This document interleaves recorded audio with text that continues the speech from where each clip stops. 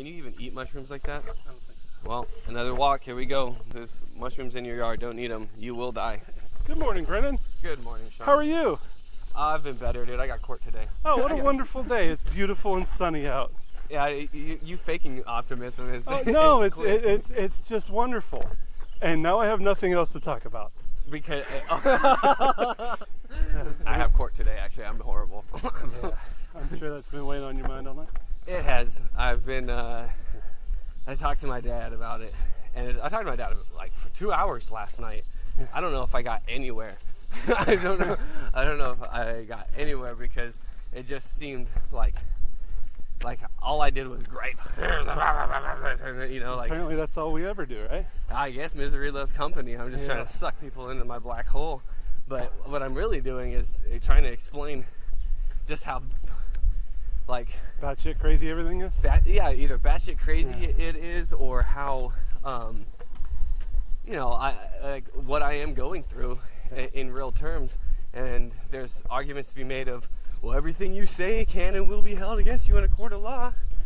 And it's like, so am I just supposed to not say or do anything? Yeah. Am I not supposed to like say or do anything ever? Because I can't not go to Rule 35. Yes. I can't, if I was to just sit there and go, everything I say and can do. Plead the fifth. I plead the fifth. We've been like, down well, that then you're crazy and you don't get to see your kids. Yeah. No. Like, well, okay, I'll tell you whatever you want. So, well, again, like I said to you, hypothetical situation. Yeah, but like I said to you in a separate situation, you know, and you thought, I hope you thought it was a good idea. I said, write your daughters a letter, even if they never get them. Mm-hmm. Write them a letter, send them to them, and if they never get them, that's not your fault. That's someone else's. No, yeah, I've wrote them the letters. They've gotten the letters. Keep a copy for yourself, and then when they're of age, when they're like, you know, where is Dad? You know, if this is a complete you're out situation, you can be like, look, I wrote to you every day, every week, every whatever. Yeah. And like, I still cared. I still love you. If you were told differently, never wanted this to happen. Yeah. This is where we're at. I so agree. When they're of age to make decisions of, you know, what really happened, they can at least have your side of the story. And that seemed to be where you're at today. You need to tell your side of the story. Do it in any way you can, man. That's my advice, you know? Do it in any way I can, any shape or form. And then speaking to my parental units about that, it's like, don't you care? You know, if all you want to do is bash people, it's like, I don't want to bash people. I want to put out what I perceive. If it makes me look like a piece of shit, then it makes me look like a piece of shit, dude. Yeah. That fine. It's not like I can't get a job right now, so I can't afford anything. The best I can hope for is maybe I get some sponsors on something by exposing that these types of bullshit situations a lot of Americans are in, and that's fucking with their mental health, and no one gives a fuck because mental health is some taboo bullshit.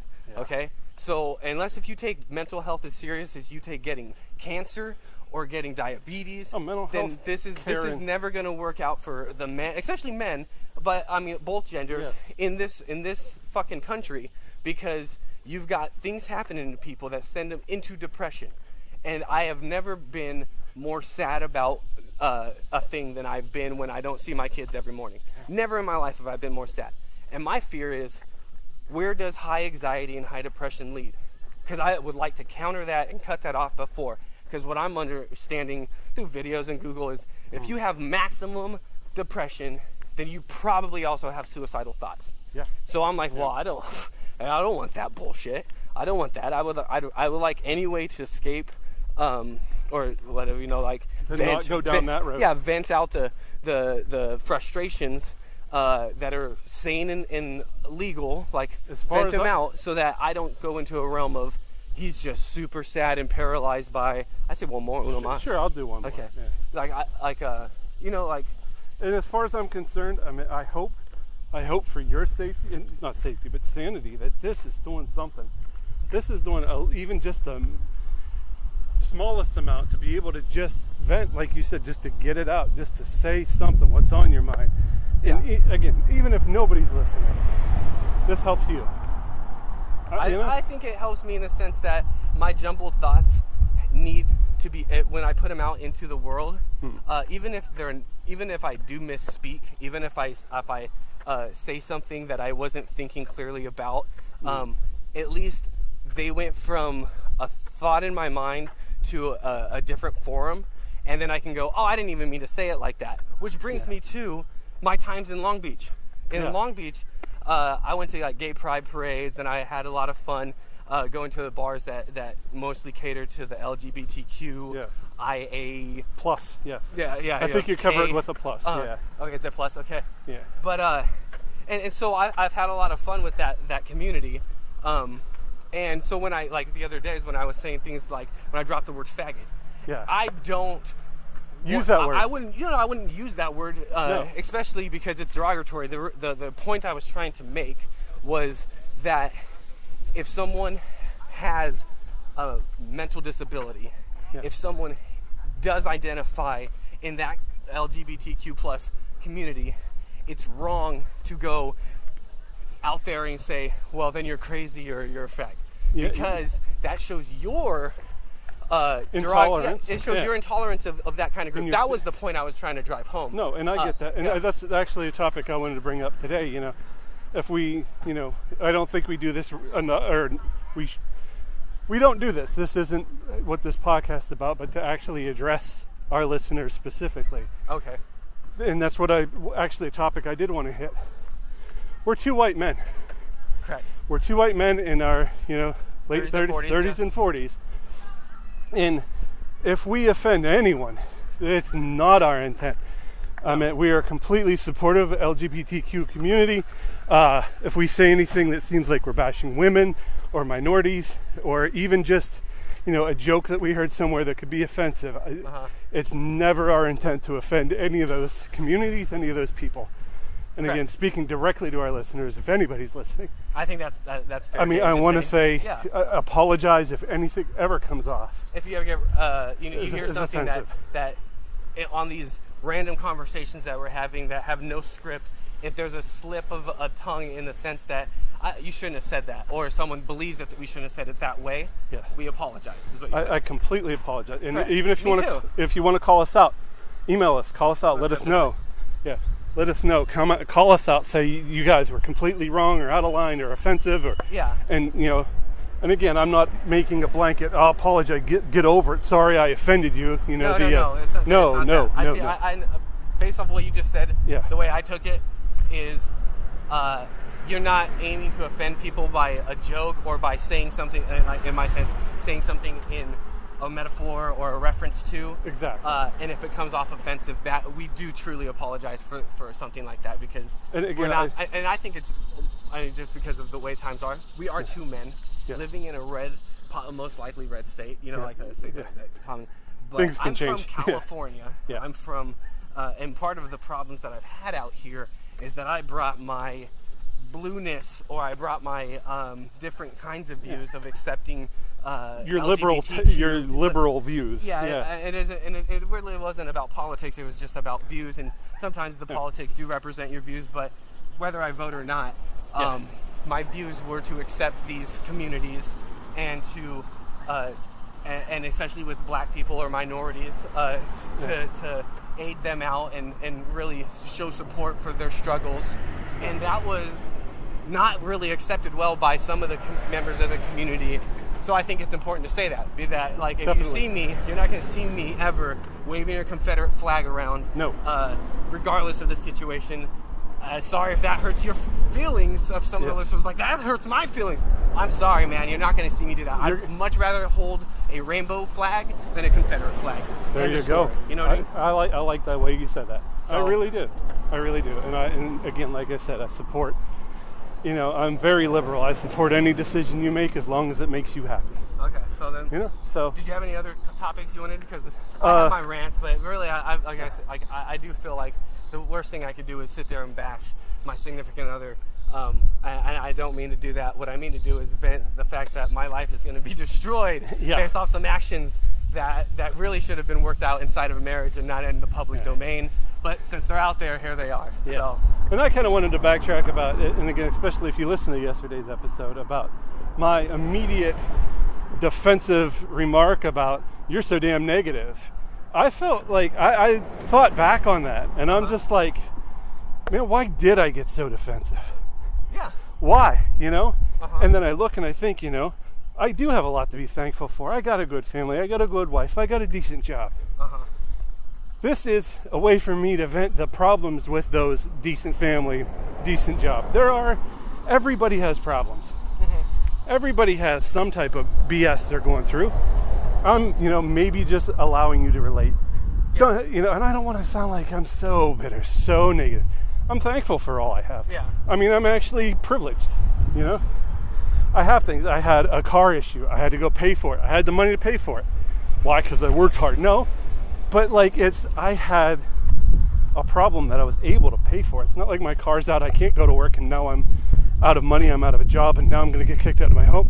No, I mean, You're dealing with your stressors and your frustrations at the way that I perceive the American working class has to deal with it. And there's been a long, I'm sure you can picture this in your head, two guys at a bar after work, drinking a beer like they see in The Simpsons, where they're just griping about their home life. Then they get done, pay their tab, go home. And then they go home and kiss their wife, and they drive their fancy car. Okay. But I'm not drinking. So I'm walking laps around a park, and I still get out those little tiny things, those petty frustrations, those petty grievances. I get them out, especially in a time where I feel like, at no other point in my life has I ever reflected on my mental health.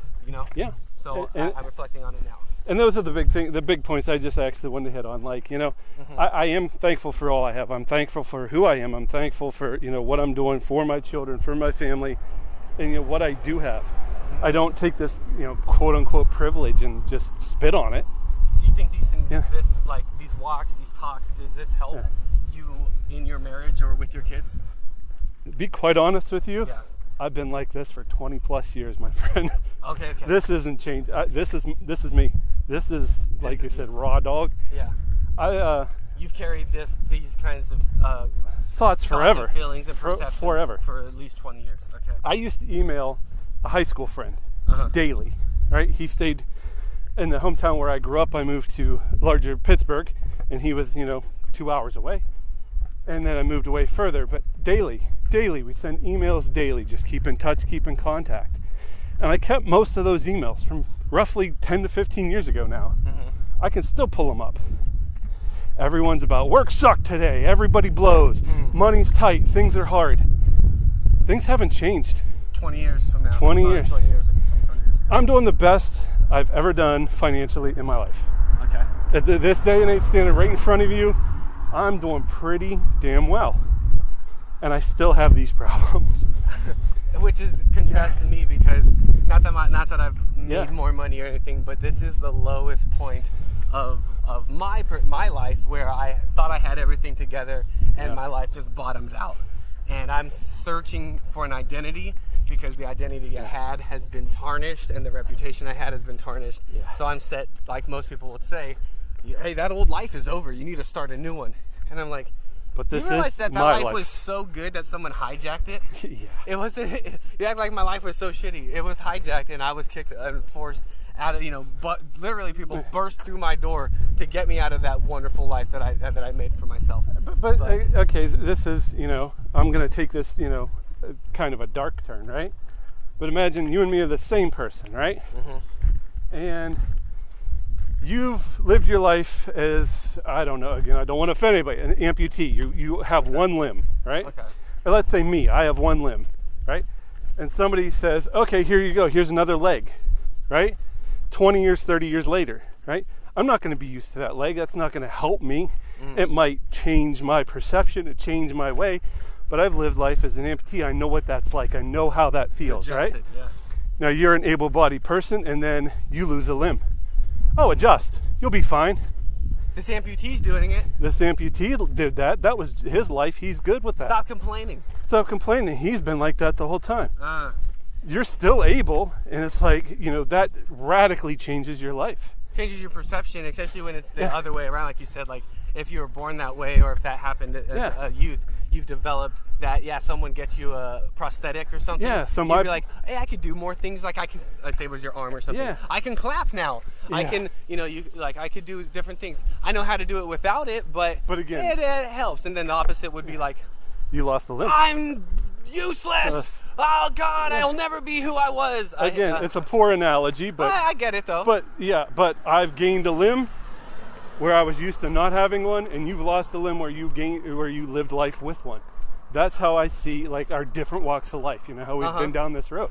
So now we're both in the same boat, but it was just how we got here was a little different. Yeah. And another thing that, crazy, right? Because a while back in this conversation, you asked, what could I have done? Yeah, And I actually said did one want to thing, circle back, but yeah. That's the second thing I could have done, rather than always airing out petty grievances, would have been to take more focus more and actually take steps on my mental health earlier, which that's coming into play now.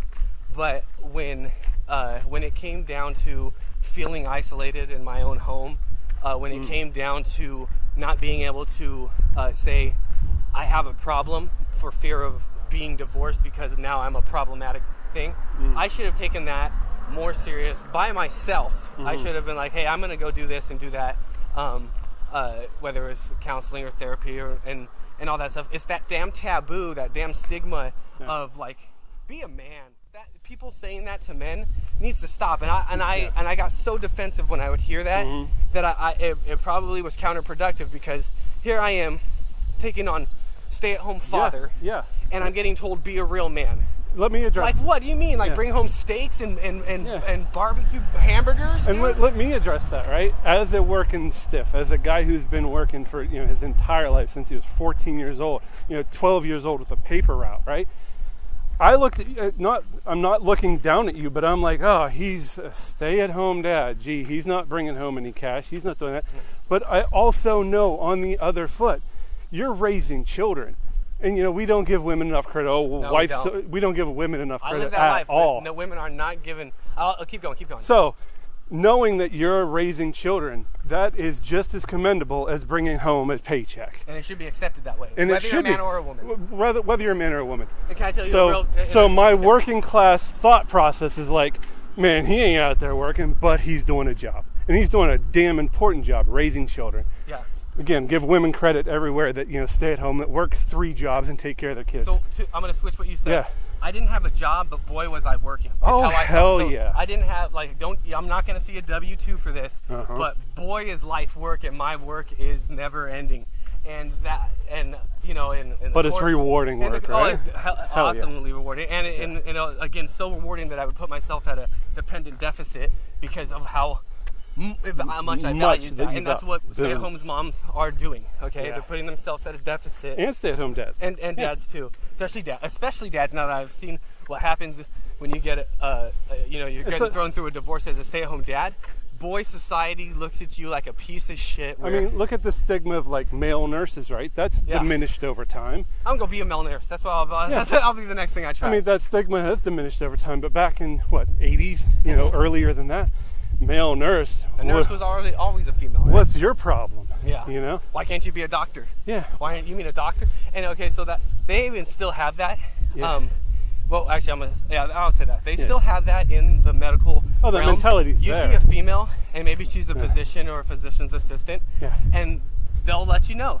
You know how many times I get told that they want to see the doctor, and I'm sitting there like, I am the doctor. I am the doctor. I am your supervising physician. No, I want to speak to any man wearing a white coat.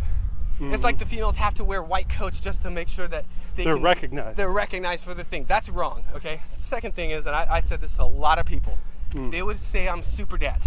I'm walking around the YMCA with my kids, or I'm walking around the park, or I'm doing something with my 3 kids. And they're like, wow, super dad there. And my comeback was, maybe I should have been like, thank you. This should be every dad. My comeback was, I guess a super dad is just a regular mom. That was my comeback. Wow, that's true too. Because that's how I felt about it. There's a mom right there with 3 kids, and I don't know if she's a stay-at-home mom or not, but she's doing the same thing I'm doing, but because I'm a male, I'm getting like, what a super dad. And it's not that I didn't appreciate the comment. I'm like, thank you, or the compliment. Like, it's almost, but sexism isn't the right word, but it's reverse sexism, And it's not the right word. It's not the right word, but but it's in our system, like you said, like male nurse, female doctor, that kind of mentality. And then here I am sitting here like, you're a stay-at-home what? Oh, that's not a real thing. You're just lazy. Yeah, you don't Beautiful do anything. What kind of car is that, dude? Rolls maybe. real nice. Straight out of Great Gatsby. There you go. That car was straight out of the Great Gatsby. People here got money. They got money over here. But yeah, so I'm sitting there like, hey, I agreed to be in this role. But like I said, Your Honor, he's lazy and purposely unemployed, purposely underemployed, and you're like, God damn liars, dude. And again, I even fell into that perception of the male stereotype. He ain't working. But I had enough common sense and reality to be like, no, he's doing a job. Yeah. He's taking care of his kids. And if you see, I mean, not to like toot my own horn, but when I put my mind to something, say it's learning how to play bass or drums, which I've had no formal training, I get pretty good at things that I've set my mind to. Never have I ever set my mind to something more, to try to master something more than I did parenting, or more that I tried to. So given that relationship, like of how I'm good at this or that, I tried my best to be the best parent I could. And maybe that's the third thing I could have worked on. I should have tried to be equally as good as a spouse as I was trying to be as a parent. Maybe that's one of the biggest takeaways is, if you were trying to be a good husband like you were trying to be a good father, maybe you wouldn't be in this situation. All right, again, this is my ignorance of the situation, but the psych eval you did. Yeah. Is that in regards to your divorce, or is that in regards to the lawsuit, or both? I think it's definitely in regards to a narrative needing to be painted as to why custody shouldn't be granted to me. Okay, so that's more divorce than criminal. Because it's really about the custody. Kids, is what I was being told. It's about, are the kids safe with me? Are the kids... what's the benefit of me being in the kid's life, maybe, and on top of that is what they're trying to figure out is, given your diagnosis of whatever's up, and this is my take on that real quick. This doctor wouldn't be doing his job if he said I have no depression, no anxiety. I have. What if he said you have normal levels of depression, normal levels of anxiety? I would believe him. Anyone going through this if process. he was like, you sound like a man with a broken heart, and you're going through what people who have a broken heart tend to go through, I think you'll be okay without pills, but maybe some therapy. I'd believe that. If he went, listen, we need to medicate I'm this surprised guy. You're not behind bars already. Like, we need to tattoo crazy on your forehead, and you need to be under pills that make you just drool out of the bottom right side of your mouth for the rest of your life. Because you're just never going to be there. I would be baffled. I would be floored by that. And then over the top of that, and because of that, you really shouldn't be involved with your kids. I would be floored. That's his evaluation.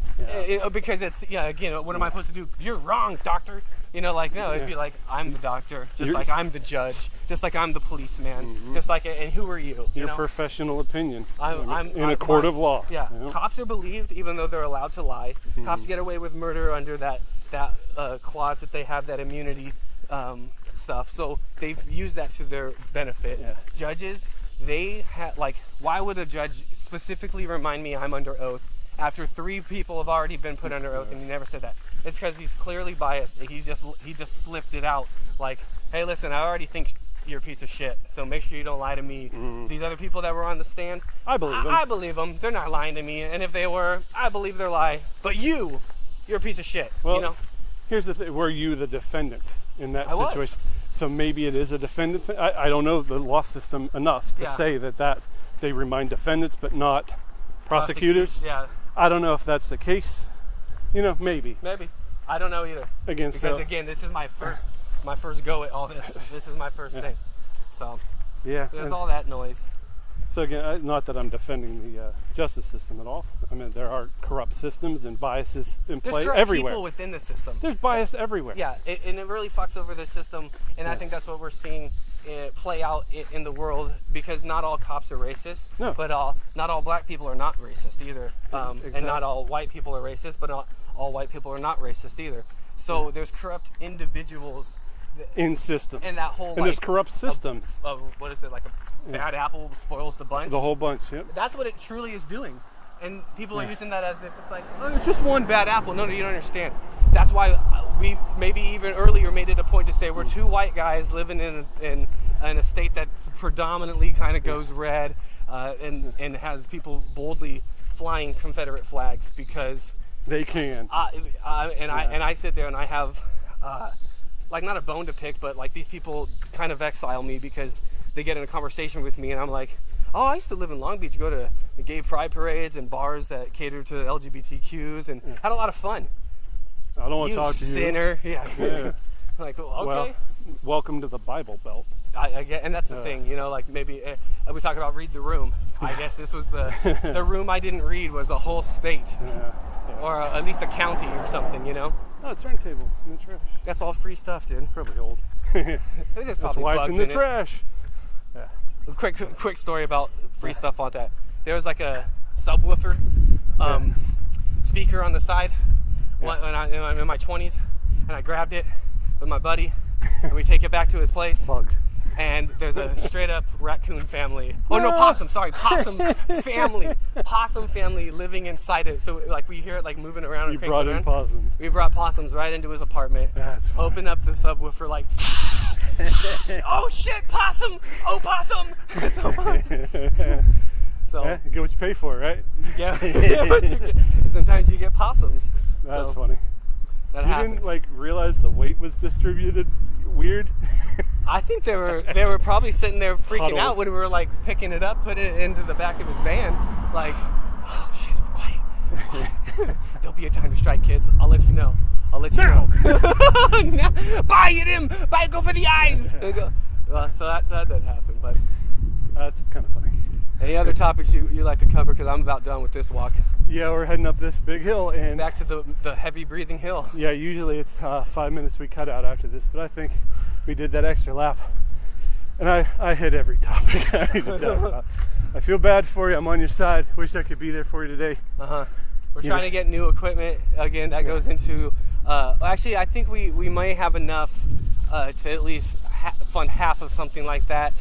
Now that I see how it works with listeners and stuff like that. I have an old gift card that I'm willing to throw into this mix, and that's where my that's as far as I'm going. Yeah. Because like again, this was meant to be therapeutic for us. But also putting out there for if it listeners. really truly is helping people, then why wouldn't we keep it going? You know, that's just who we are. But at the same time, like we're gonna do this anyway, with or without this crap task cam. If it runs out of batteries or I drop it and it breaks, tomorrow we still go on a walk, right? You got it. You know, so there's that element of it. At the same time, if people like the content, I'm that guy who's going to supply more content. I feed off of that kind of and stuff. Here you go, poor sound quality come up something noisy, so we might as well just sign off now. If you want to go fast, go alone. You want to go far, go together. Thanks again. Cock of the Walk Podcast. Bye. We're playing. It's a game, right? We're playing the What is the Podcast? I'm playing the What is the Podcast game. Yeah.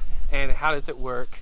And like, I keep saying this, like, and it's just as true as it gets, man. Like, I'm playing the therapy for free game, man. Ooh, I'm playing give me therapy for free because I'm broke, and I've talked to therapists either through like my medical was it like insurance or something that like you get this, and I don't trust them. I see them and they always give you that spiel about like, hey, everything's confidential. However, if you tell me, you know, X, Y, and Z, I'm forced by law. I don't trust you. Yeah. That's why I like too much red tape. I like how we've explained this multiple times. This isn't a shtick. This isn't a, hey, look at us putting on a show. This isn't us. Here's my character for today. Yeah. This is us, right? We again, without the mic on, you've talked to me. I talk just like this. Yeah. I might even throw in a voice because that's the character I am. Yes. Cool. Especially when you talk about something that you mentioned. I'm excitable. Yeah. Now you want to talk about like something I don't know, I'll probably just listen and get all, this is boring. And that's kind of where I'm taking a step back today. It's your day, right? That's still changing. That's the whole point. No, I get you. I had a fucking court today, dude. Like, it weighed on me all last night. It weighed on me, especially when I hear, my dad saying like, everything you say can be used against you in a court of law.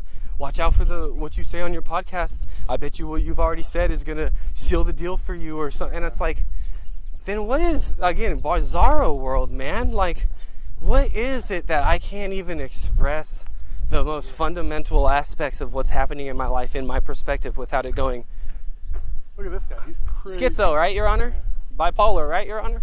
Like, what about Here's frustrated American, Your Honor? Here's my advice to you, right? If you're on the defense and if you have an opportunity to say something, do not lead with an attack. Do not lead with a blatant, it wasn't me, Your Honor, it wasn't me, it wasn't me. Don't lead with a blatant defense either. Lead with a statement and follow it up with either opinion or fact if you can. Most likely a fact if you can. Lead with a statement.